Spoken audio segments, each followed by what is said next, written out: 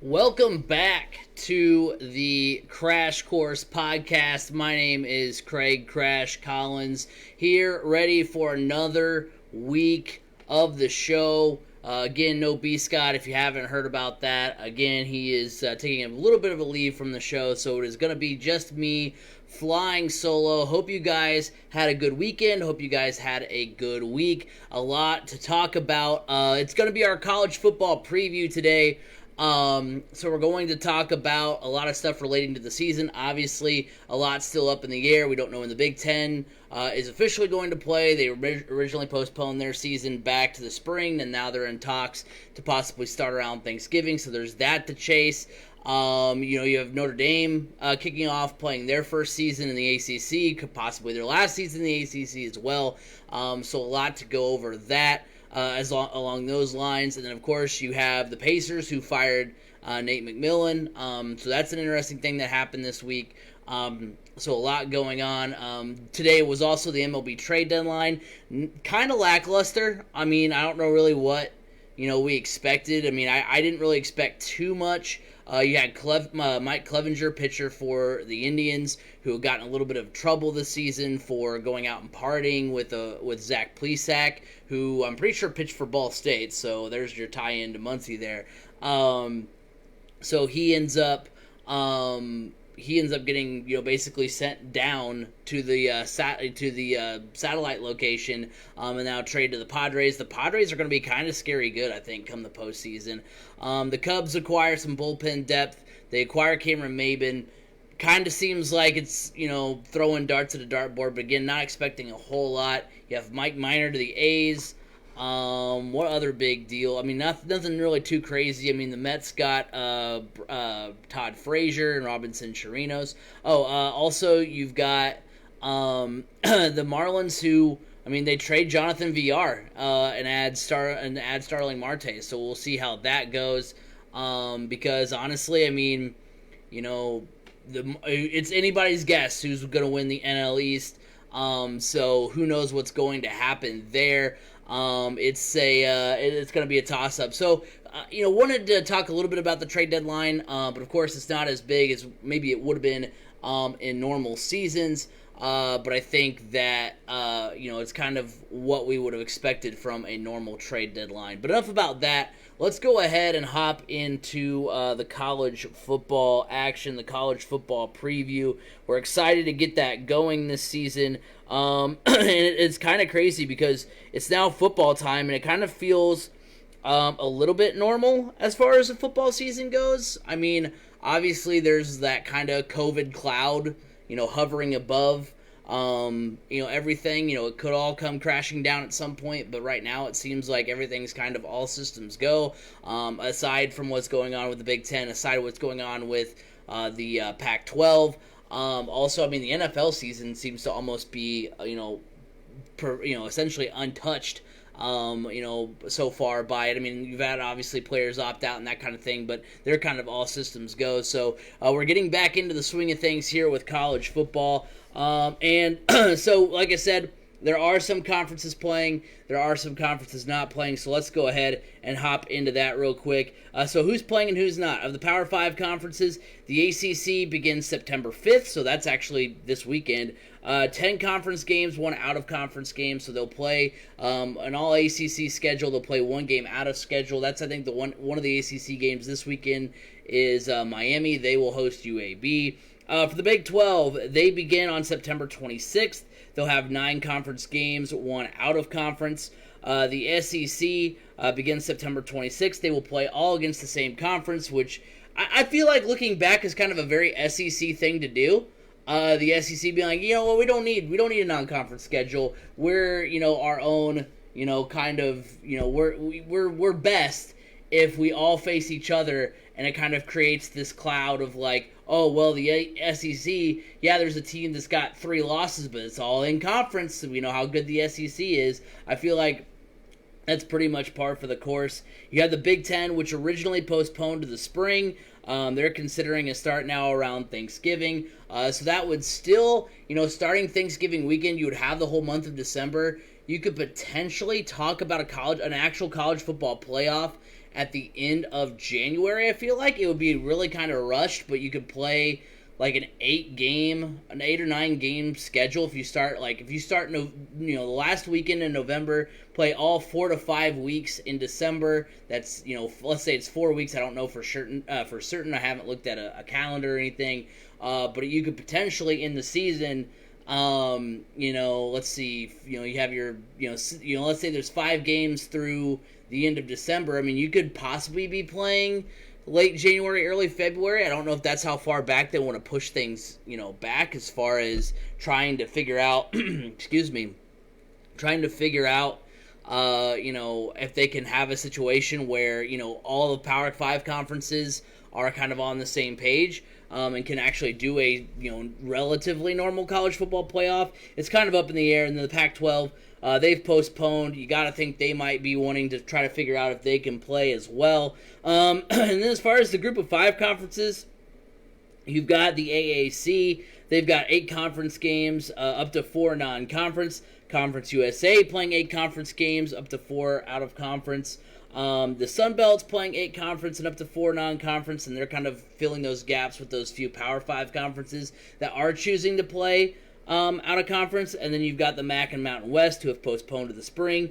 You've got some independents. UConn, UMass, and New Mexico State have all canceled or postponed their fall seasons. You've got Notre Dame, who's joined the ACC for a season, and then you've got BYU, Army, and Liberty all playing. So it's going to be an interesting season. It kind of blows your mind that, like, with all the craziness with the Big Ten, all the things that have been up in the air about should we delay the season, should we do this, should we do that. Heck, there's lower conferences that are starting like this weekend. There's like a full slate of games, here, coming up on Saturday and then the week after. So it's pretty crazy that, it's kind of been very individualistic. And haven't really heard much from the NCAA as a governing body, but we'll kind of see how it goes, moving forward, especially if there's any sort of situation as far as COVID's concerned.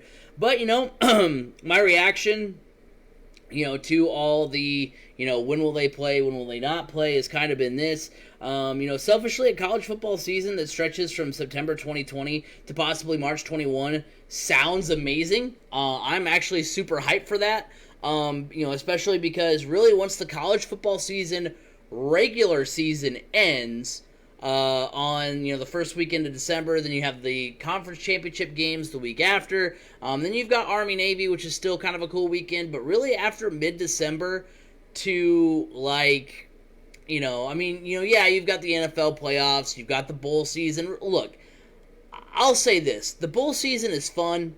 The bowl season is there. It's one of the bowl season for me is one of those things that it's cool, it's awesome. It's kind of a good palate cleanser, a good kind of filler holdover until you get to the games that matter, like on New Year's Eve, New Year's Day, the New Year's Six bowls. But honestly, I think it's one of those things that if you didn't have it, you wouldn't miss it, I feel like. And so, you've got some good things, but there's, that happen, like I said, NFL playoffs, you've got the Super Bowl, obviously, you've got, a bunch of other stuff, the bowl season, the college football playoff. But really, once the college football playoff is over, besides the NFL playoffs, there's really not a whole lot going on until college basketball is wrapping up and having their tournaments and having, all that stuff and having, March Madness and everything. So a college football season that could potentially end right around the time March Madness is coming around sounds really awesome to me. And I think that would be a really cool thing. Obviously, that's kind of just me being selfish, me being a selfish, sports fan, wanting to see that happen. But I think it would be a cool thing to watch. You could open the season in January with the Rose Bowl. I know that's kind of... It's funny because it's one of two things with the Rose Bowl. Because I think the Rose Bowl is the thing that maybe is the biggest bowl game affected by, obviously, no Big Ten, no Pac-12, but a not normal college football season. Because the Rose Bowl has traditionally been, obviously, New Year's Day, Big Ten, Pac-12, let's go. But you're going to have to do something. You're either going to have to, A, not have it on New Year's Day. So you're gonna have to, because I don't think it's part of the college football playoff this year. I'll double check on that, but I'm pretty sure it's not part of the college football playoff. I'll go ahead and look that up real quick, but I'm pretty sure that it's not. So it means that it's kind of its own standalone New Year's Six Bowl, as it has been, in the past. Taking a second to look it up here. Look at the sites for this season. It doesn't really show me that, so that's cool. But I'm almost positive that it's not. This season, I'm pretty sure the Rose Bowl is not part of it. I don't want to spend the whole show, trying to look that up. But so that's kind of a faux pas on me. But I am, fairly positive the Rose Bowl is not part of the college football playoff this season. So you're either going to have it on New Year's Day, but without the Big Ten and Pac-12. So you're going to have it be like SEC versus ACC. One of the three power conferences playing, or maybe if there's a team from Conference USA. I mean, Cincinnati's prepared to have a good season. Maybe you throw Cincinnati in there, since that's still Big Ten country in Ohio. You could potentially do something like that. So you're either going to have a non-traditional matchup, which they've done before. They had Texas and Michigan back in 2005, the year before Vince Young won the national championship for Texas. So you could have that. You could have a Rose Bowl that takes place at the end of the Big Ten Pac-12 season as kind of their national championship game. Or you could have it at the start of the season. Oregon, Ohio State, let's go. Oregon, Ohio State to kick off the second season of college football. I think that would be an awesome thing. That's the Pac-12 champion from last year. Who did they play last year in the Rose Bowl? Oregon. But they would be playing Ohio State, which obviously is in the college football playoff. So you have that matchup. So you're either going to have it at the beginning of the season, beginning of a season, but still have it on January 1st. You'd have to have a non-traditional matchup, or have it later in the season. So either way, the Rose Bowl isn't going to look like it normally has. So you could potentially have that to start off the season, and then you could also, if you really wanted to have, since there are other conferences, the MAC and the Mountain West does include Boise State. Maybe if you decide to do a whole second college football playoff, maybe you can have a situation where you have, a 14 playoff that could include a group of 5 team. And then, of course, like I said, it ends in time for the NCAA tournament. So I'm going to try a second time looking this up for the Rose Bowl, but because it is going to bug me. But it's dates announced for college football playoff games. Let's go. That's not the right site though. That's cool. Anyway, sorry. Fascinating radio, I know. But ultimately, what I'm getting to is that it makes it a very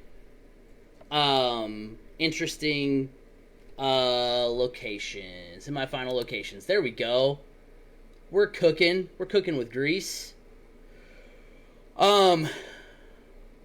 List of college football playoff games. Okay. So the semifinal dates are there. Just show me what I want. Oh, it is the Rose Bowl. Okay, so the Rose Bowl is a part of the college football playoff this year. So, never mind. Scratch that. But you could still have a Rose Bowl-esque game. So that is part of the college football playoff. I thought when I looked it up the first time, full transparency, I thought it wasn't. So good thing I looked that up. See, this is what I need Brandon here for, because he would have been like right on it and been like, oh, hey, you looked it up wrong. It's actually not, a standalone New Year's Six Bowl this year. So the Rose Bowl is a part, but, anyway, it's going to be a non-traditional Rose Bowl. Maybe you do a second Rose Bowl. You could do a Holiday Bowl. Something you could do some sort of bowl game between the Big Ten and the Pac-12 that correlates with the end of the first college football season and the start of the second college football season is basically what I'm getting at. Now, obviously, since the Rose Bowl isn't a part of the college, is part of the college football playoff, that makes it a little bit more tricky. But there you go. Now, one thing that I am a little bit annoyed at, though, is the fact that the Big Ten is doubling back on their decision to postpone the season until January, and they're trying to figure out how to play it this year. Not because I don't want to see Big Ten football this fall, but because, is it because the health situation truly may be better? And that's kind of the thing that kind of makes me a little wary. Because according to the Pat McAfee show, they only postponed the season because they thought other conferences were going to follow suit, and because they didn't, now they're kind of out on an island. And they don't know really what they want to do. And the fact that Notre Dame is like, hey, we want to play, we want to be part of it this year, them joining the ACC is the main contributing factor as to why the ACC was like, actually, I think we're going to play this fall. And then that kind of created a reverse domino effect to what the Big Ten was hoping for. So it kind of created that situation. Now, of course, you've also had fans and players that have kind of protested the fact that the Big Ten schedule was shifted back to the spring. I mean, it's just kind of, I don't want to I've done my best to avoid talking too much about the non-sports aspects of COVID, but the reality of the situation is it's not as easy as just like, well, I want my Big Ten football this fall, just do it. Just have it. Just do it. Because these are student athletes. They're not getting paid. So it's not like the NFL. It's not like the NBA. It's not like MLB, where their only job, their only duty's kind of maybe a strong word, their only job is to go and play that sport. And it's easier to be like, hey, don't do anything for this stretch of the season except for come to practice, come to the game, go home, travel with us, all that stuff. It's easier to kind of have that quarantined environment if you're not in a bubble. And instead, you have these guys who are going to go to classes. Obviously, that's what they're there for. You're going to have them intermingling with, obviously the student population in both on-campus and on-campus manners. Remember, these are, 18 to 20-year-old kids.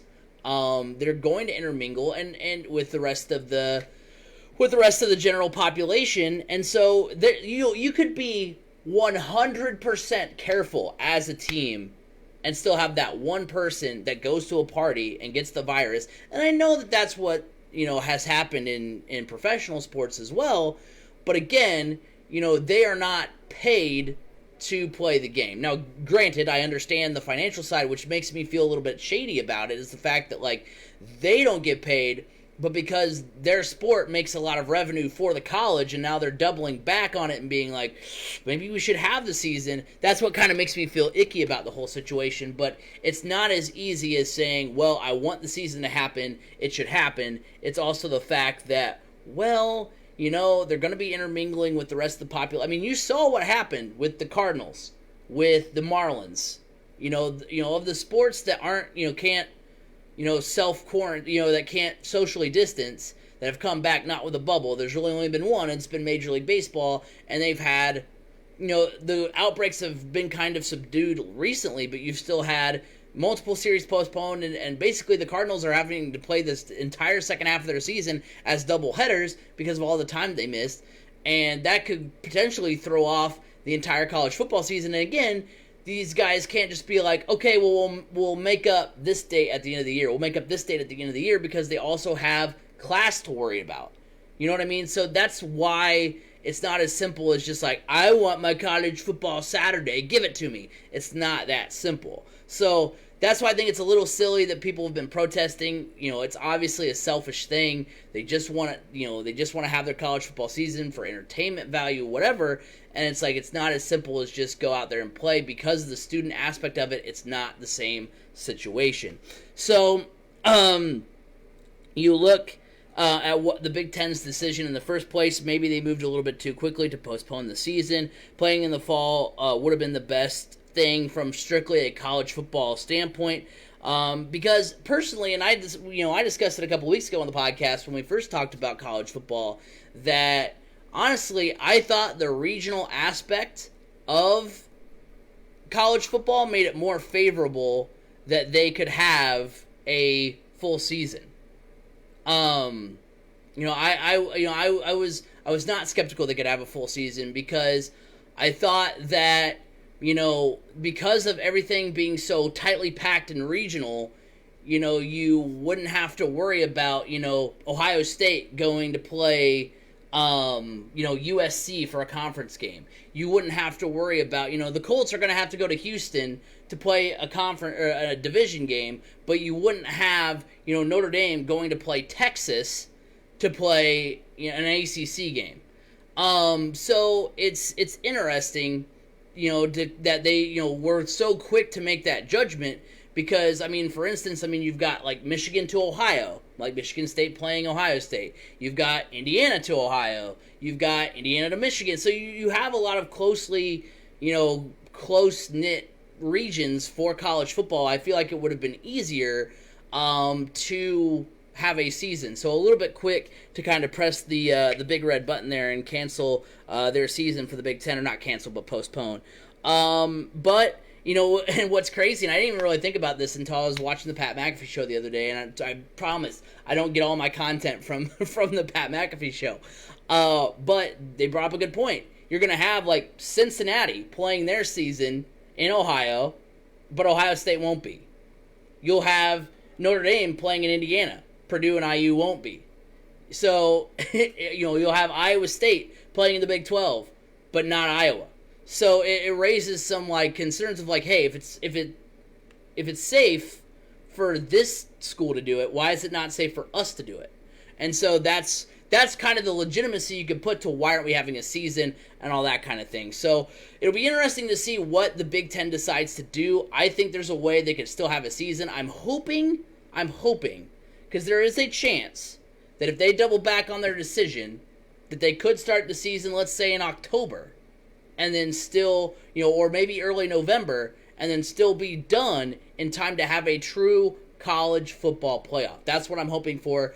But we'll kind of see how it goes from there. And, Paul, I see your comment down there in the corner there. Paul, part of the chat, thank you for hanging out today. He says that he's interested in seeing how they'll handle the bowl games with Corona. I definitely feel that way as well. It's going to be interesting to see how they, do things with Corona, I think, and we'll get to those thoughts here in a little bit. But let's go ahead and get into the preview for the college football season. But before we do, let's get this quick word from Anchor.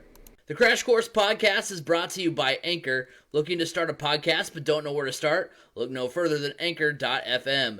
Anchor allows you to record and edit your podcast right from your computer or mobile device, and will distribute it to other sites such as Apple Podcasts, Google Podcasts, and Spotify. On a budget, not only is Anchor completely free of charge, but will allow you to make money from your podcast with no minimum listenership. Download the free Anchor app or go to Anchor.fm to get started. Anchor, it's everything you need in a podcast in one place. All right, so the big news of the college football season is the fact that Notre Dame, or one of the big news of the college football season, the fact that Notre Dame will be playing in the ACC this season. So I thought it would be fun to take a look at the Notre Dame Fighting Irish's season. It will be very interesting to watch. They do, looking at their offense, they do return Ian Book at quarterback, but they don't return too much else as far as offense is concerned. They lost basically all of their rushing attack. They lost, Chase Claypool, Chris Finke, and Cole Kemet from their receiving core last year, so the cupboard is essentially bare as far as the offense is concerned. They do return some significant regulars along the offensive line, but the offense is going to be the unit with probably the most to prove for the Fighting Irish this season. So it'll be interesting to see how Brian Kelly can have that offense in order. We'll see what they can do. But yeah, there's a lot to replace there. As far as the defense is concerned, the biggest names on defense that they return are Drew White and Jeremiah Owusu-Koramoah. That's in the linebacking core. Their front line is going to remain relatively solid.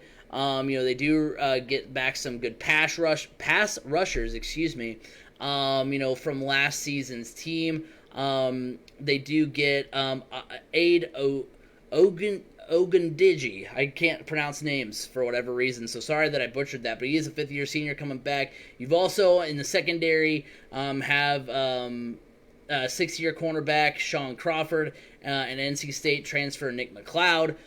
So their secondary is going to be back and in working order. So I think their defense is going to kind of be relatively the same. I don't see anything to say, hey, they're going to improve immensely. But I don't also see anything that tells me like they're going to be a absolute, they're going to be super porous on defense and not be able to stop anything. So their defense is going to be okay. I think there's some good key pieces coming back. And so overall, their defense, I think, is going to keep them in games. It's going to be a matter of whether or not their offense can rise to the occasion. So let's go ahead and dive in to the Notre Dame schedule here. So Notre Dame starts off the season September 12th against Duke. I think that is a win. Duke projected to be close to the bottom of the ACC. South Florida, going to be another W there. So they're going to start the season, in my opinion, 2-0. Pretty easy claps there. Then you're going to have at Wake Forest. Wake Forest has had a good couple of seasons, but they lost a lot from their 2019 team. So that's another win for the Fighting Irish. Florida State, I thought about putting that as a potential stumbling block for Notre Dame early on in the season, but they're still kind of getting their act together as well as they've kind of tried to refill, their cupboard as well. The life after Jimbo Fisher has not been super plentiful, and they're still trying to restore order there. Louisville is going to be a tough game. I think if we were on the road, I would pick Louisville because Louisville actually almost pulled the upset last year on Notre Dame, but it is in South Bend. Now, we don't know. I haven't heard anything definitive as far as fans in the stands. I haven't heard that there will be none, but I also haven't heard that there's going to be full capacity. I doubt there would be full capacity, but it'll just be interesting to see there. Then one potential stumbling block is going to be against the Pitt Panthers, October 24th, and I think that's the first loss for Notre Dame. So I think they go 5-0 to start the season. But then that first stumbling block is going to be at Pitt. It's funny because Pitt is projected, according to Athlon, they're projected fourth on their side of the ACC, so in their division of the ACC, but we're also talked about to be potentially in the ACC championship game as like kind of a dark horse.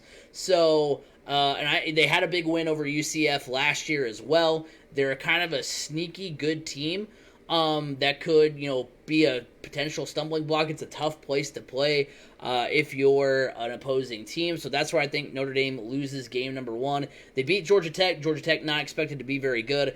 Then Clemson to start off November. It is in South Bend. If the crowd was at full capacity, full bore, I would maybe smidge, just a little bit of a margin, think about picking Notre Dame for the upset. Not without a full crowd, not with the way their offense is looking, especially trying to keep up with Trevor Lawrence. So definitely not picking him there. So that's the second loss for Notre Dame. They will beat Boston College and Syracuse. Syracuse is their last game of the season. Their only other loss, in my opinion, is going to be at North Carolina. That is a spot where, again, tough place to play. A team projected to play in the ACC championship. I think that's where Notre Dame falters. So I do think on the season, 11 games, they are going to go 8-3. And so, it's not going to be good enough for a college football playoff berth, but I think it's going to be a solid year. Like I said, I think, nothing close to sway them to be an ACC member full time, which I don't think was really on the table to begin with. But I think they are going to have a solid year. It's kind of going to be what you expect because, and Notre Dame kind of has an easy out too, because I don't know if they were already scheduled to play Clemson this year, but they can say, hey, look, we played in a conference, we're not used to it. And that's why, we went 8-3, whatever that, because is 8-3 really a step backwards for Notre Dame? They had to replace a lot. I think if this was the Notre Dame team from last year, I could see them going 9-2, maybe 10-1. They would still lose to Clemson.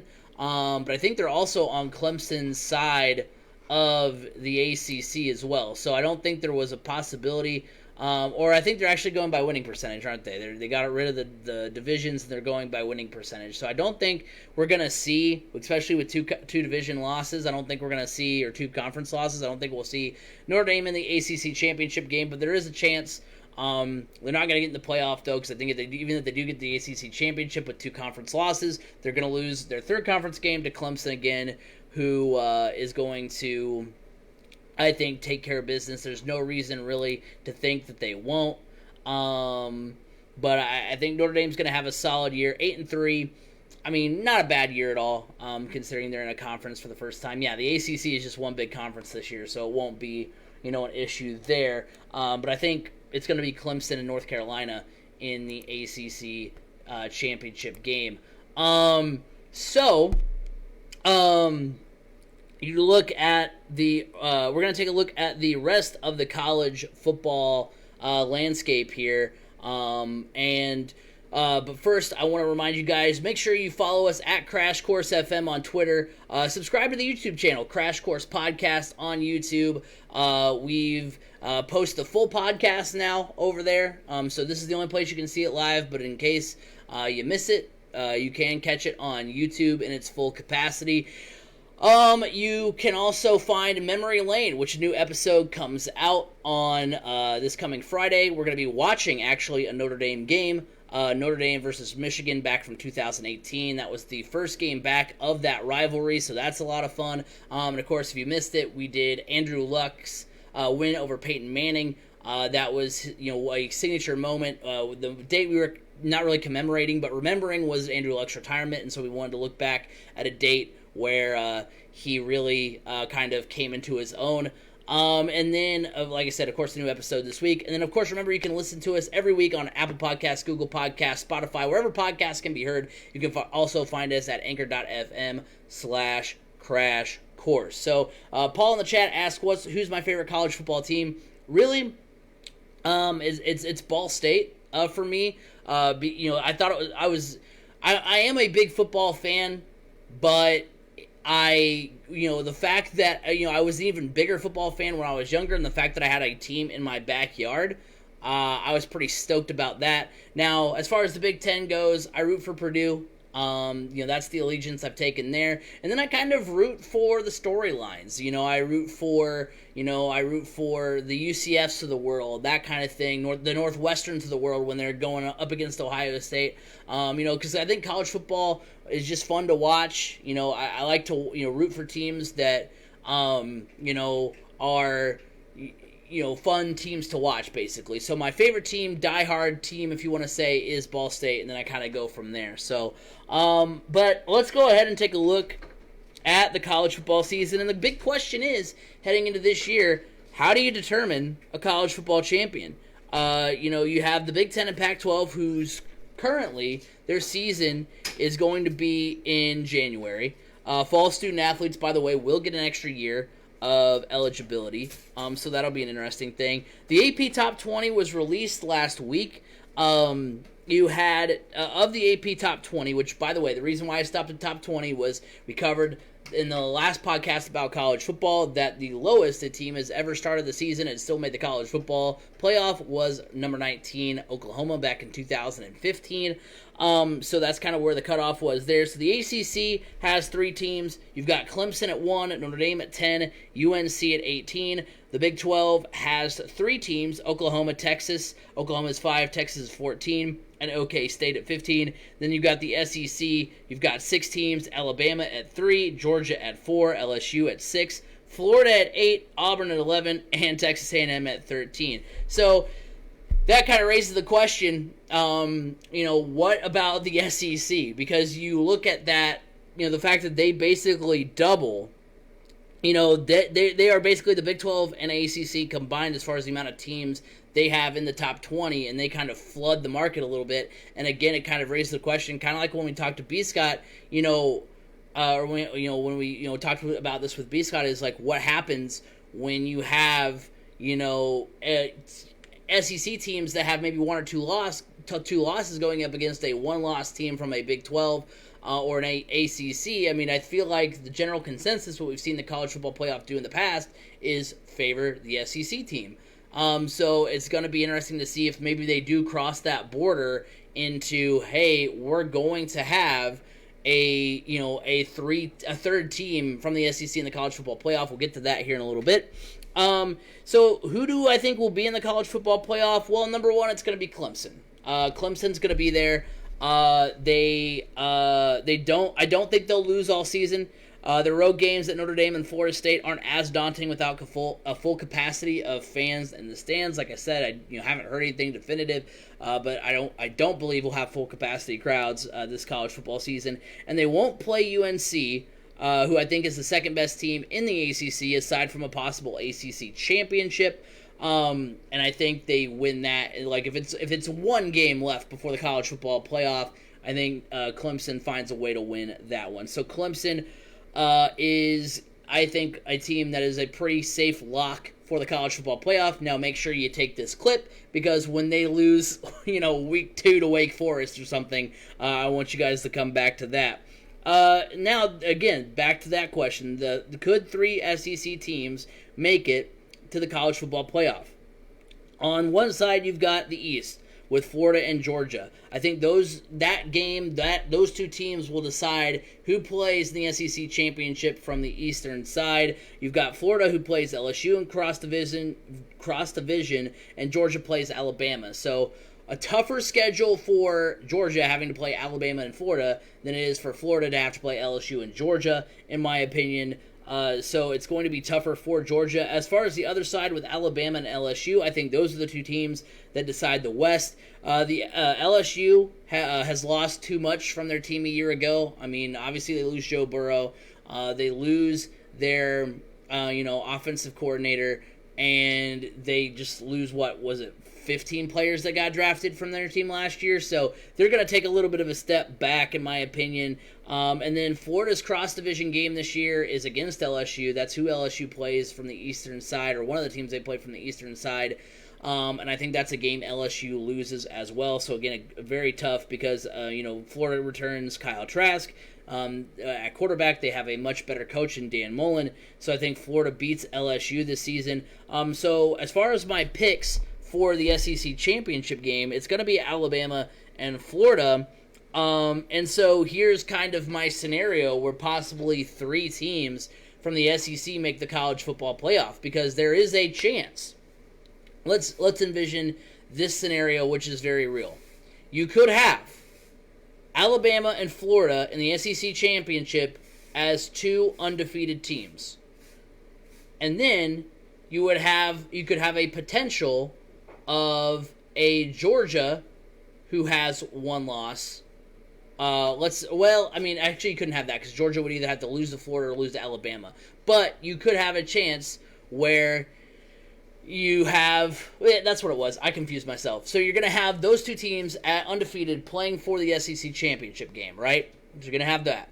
Then, so you could make the case for those 2 teams getting in, because you could say Alabama won the SEC. Florida's their only losses to Alabama. They ran the table the rest of the way in a conference that is largely considered the best in all of college football. So you have those 2 teams there, and then you're going to have the third team, whether that be LSU, whether that be Georgia, with 1 loss or 2 losses, and they could make the case. Let's say your next team in line is 2-loss LSU or 2-loss Georgia.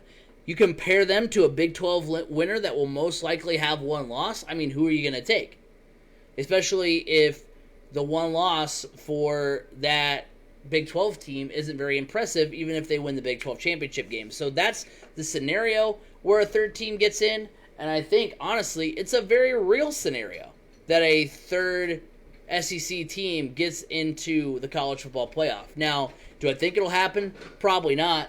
but there is that little bit of an avenue that the college football playoff could take to work that third team from the SEC in. So that's a real possibility. I don't think they'll do it, but that's kind of a thing that I was thinking about with when the Big Ten and Pac-12, which the Pac-12 probably wasn't making the college football playoff anyway. They haven't made it since 2016. Both times they made it, they've lost in pretty spectacular fashion. Washington to Alabama in 2016, and then you had Oregon, who did beat Florida State, but then lost in epic fashion to Ohio State. So you want to look back at that. The Pac-12 isn't really highly regarded by the college football playoff. Excuse me. Sorry about that. But you do have the Big Ten, so without the Big Ten, without Ohio State kind of working their way in there, then you have kind of that open door. Who's going to take that third spot? It could very well be a third SEC team, over a Big 12 team. Then you've got the Big 12. Oklahoma State, will, in my opinion, will win the Big 12. They return 19 starters from last year. They get Texas and Iowa State at home. And they've got Chuba Hubbard, who could be a Heisman candidate. Their O-line has even gotten better from last season. And he ran for over 2,000 yards last year. So he looks pretty good. I just don't think Oklahoma is going to win the Big 12 again. Not ever, but I mean this year. Like for another year in a row. I just don't see it. You look at what they've had, and not saying they've had a cakewalk, but they've had Baker Mayfield, they've had Kyler Murray, they've had Jalen Hurts. That's a track record of 3 really good quarterbacks that Lincoln Riley has had during his tenure at the helm in Oklahoma. So this is the first year that, he's got another good recruit, but not one that had as many accolades and hype as Kyler Murray, Baker Mayfield, Jalen Hurts. So I think they're due for a little bit of a step back. Oklahoma State isn't a bad team. They're not a pushover. So I think Oklahoma State is going to kind of break up that monotony. They're going to win the Big 12. So my picks for the college football playoff are Alabama, Clemson, Florida, Oklahoma State. I think in that order as well. Now, as far as the bowl games are concerned, you do have the Sugar Bowl, Orange Bowl, and Cotton Bowls are all safe with no Big Ten or Pac-12 teams, so you can still have those big games. You do have a handful of bowl games that feature the ACC, Big 12, and SEC. And I think, obviously, keep those games. You want to still see those bowl games. You want to still see those matchups. I think they can still happen. And I think you should end the Group of 5, the non-Power 5 schedule with the conference championships for those teams. So with the AAC championship, with the Sun Belt championship, with the Conference USA championship, I think that's where those seasons should end. Because honestly, you look at it, and between the Big Ten, the Pac-12, and the MAC, there are at least, I think, 18 bowl games that are affected by that. I mean, obviously, you can fill those other bowl games in with other teams, but at the same time, I mean, that's where it's going to get a little iffy because, you have nearly half the bowl games aren't playable if conference affiliations are kept. And what is bowl eligibility? Is it 5 wins this year? Are we doing 5 wins for that? And how hard is it going to be to fit, basically for 40 other teams without, out of 10 conferences, 7 conferences aren't playing. So can you find 7, out of those 7 conferences, can you find, basically 40 other, at least 500 teams to fit in those bowl games? I think it's just too much of a headache. Give those teams, give all the Group of 5 conferences and the teams that don't make bowl games extra practice times, or teams that would have normally made bowl games extra practice times. Because now, obviously, I think you would just have to do teams that aren't playing in the postseason extra practice time, because you couldn't be like, this is our list of teams that we like, and we're going to give them extra time to practice, because B. Scott brought that up. That's what these teams that make those lower bowl games get the most out of, is that extra practice time that you get during bowl time. So if you let the teams have that extra bit of practice that they would normally have gotten, then that's where you can kind of make up for no extra bowl games. But I think it'll be more exciting if you end the non-Power 5 conferences with the conference championship games, and then whatever Group of 5 bowl games that you can still keep, then obviously have those. That's how I think they should have it. You still have, like I said, around 20 to 22 bowl games. Possibly could extend it to 25. You're not gonna. I promise you, you're not gonna miss the Mako Las Vegas Bowl. You're not gonna miss the Portalette Toilet Bowl. You're not gonna miss those games. I promise you. You think you're gonna, but you're not. Let's just keep it real. And like I said, I think you saved the I originally wrote my outlines to save the Rose Bowl for the spring, but obviously you're not going to do that. That was before I looked up and saw that the Rose Bowl is part of the college football playoffs, so that's going to already have happened. But I do think they need to either start the season or end the season with some sort of. Well, they're definitely going to end the season for the Big Ten and Pac-12 with a bowl game of some sort. But I think that's what's going to happen. I think if Ohio State if Big Ten and the Pac-12 have to wait until spring or are not able to compete in the normal college football playoff, I think that's kind of the thing that makes the most sense. Have a bowl game at the end of the season for those two teams, the winner of the Big Ten versus the winner of the Pac-12. Winner of that is, you might hate to hear this, the co-champion, depending on who it is. Because here's the thought on that. You're going to have some sort of resolution with the Big Ten and the Pac-12. Their champions are going to play a game at the end of those seasons. I'd be really shocked if they don't. In the spring, in the winter, whenever they choose to have those schedules. So, and they're going to be obviously left out of the college football playoff.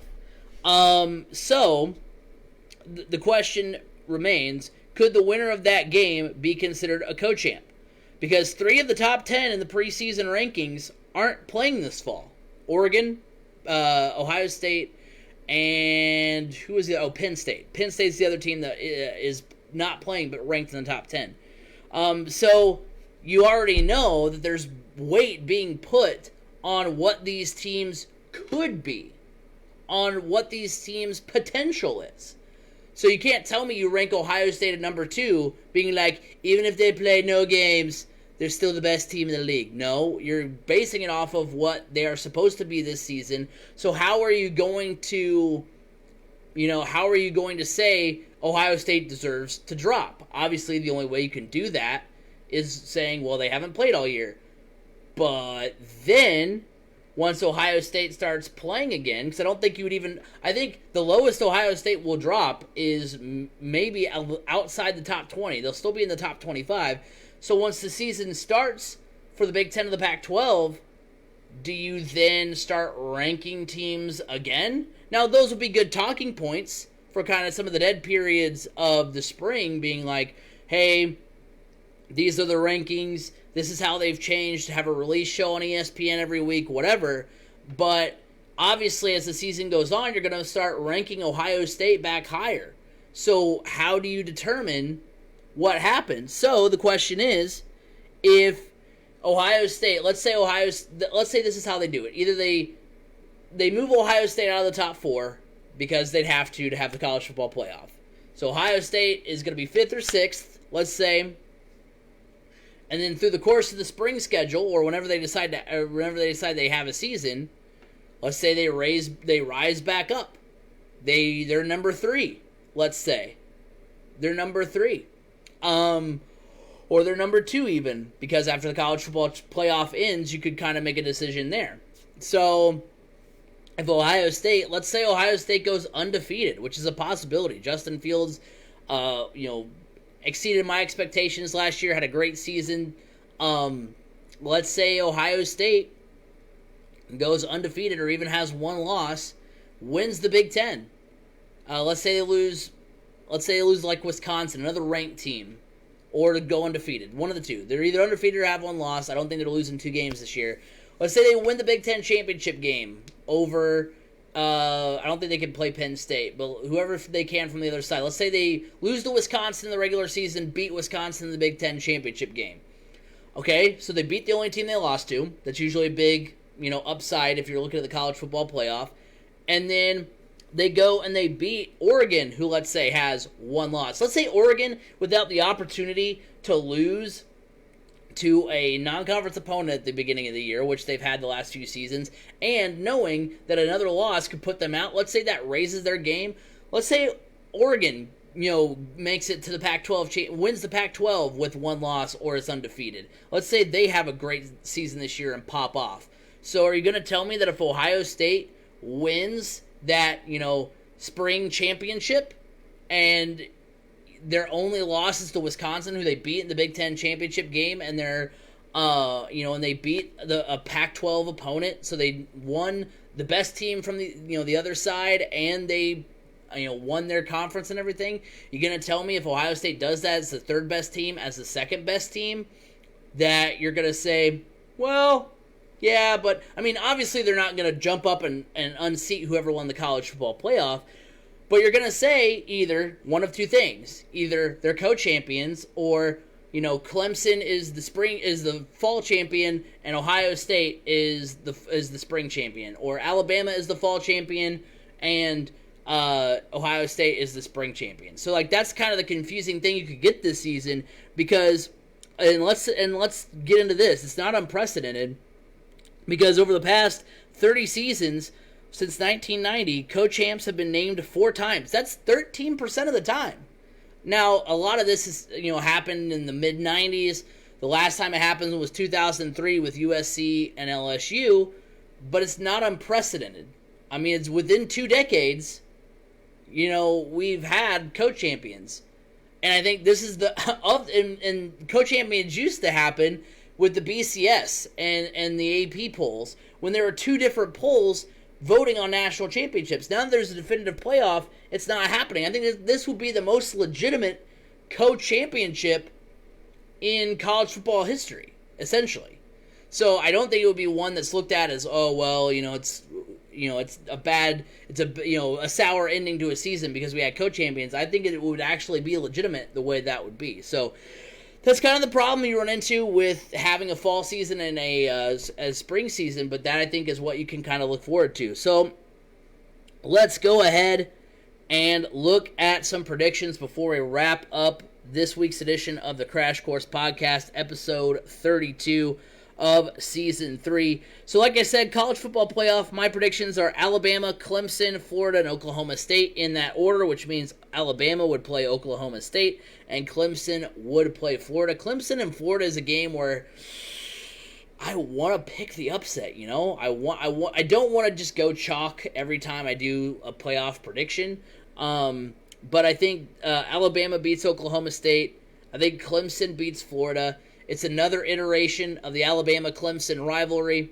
And I think in that championship game, Clemson beats Alabama. They have who my Heisman pick is going to be, Trevor Lawrence, leading that charge. They've got a bad taste in their mouth after being one of the teams that came probably the closest to beating LSU last year, that juggernaut of a team. So they're going to be hungry to go out on top yet again. That team will have basically 2 titles to their name, in the Trevor Lawrence era. So that'll be really cool. So I think Clemson wins the national championship over Alabama. Trevor Lawrence wins the Heisman. But yeah, it'll be really interesting to see what these teams do once a season starts one way or the other. Whether or not it's if a season happens where the Big Ten and Pac-12 will not be done in time for the college football playoff, it's going to make everything very interesting, and I'm very, keen to see what will all play out. So it'll be very fun to watch. Well, that will do it for this week's edition of the Crash Course Podcast. Thank you guys all for hanging out. Remember, you can follow at Crash Course FM on Twitter. Go subscribe on the YouTube channel, Crash Course Podcast, where you can see a new episode of Memory Lane on Friday. You can also see the full cut of the podcast as well. And then remember, you can listen every week on Apple Podcasts, Google Podcasts, Spotify, wherever podcasts can be heard. You can hear the Crash Course Podcast. You can also find us at anchor.fm/Crash Course. Next week, we'll be previewing the NFL as that season gets ready to kick off here in about 10 days or so. Thank you guys all for hanging out. Remember, also remember you can follow us on Facebook. We're streaming live right now on Facebook. when this podcast was recorded, so you can also watch the podcast live every week on Facebook. So go to Crash Course Podcast on Facebook, like us over there as well. But until next week, have a good week, everybody.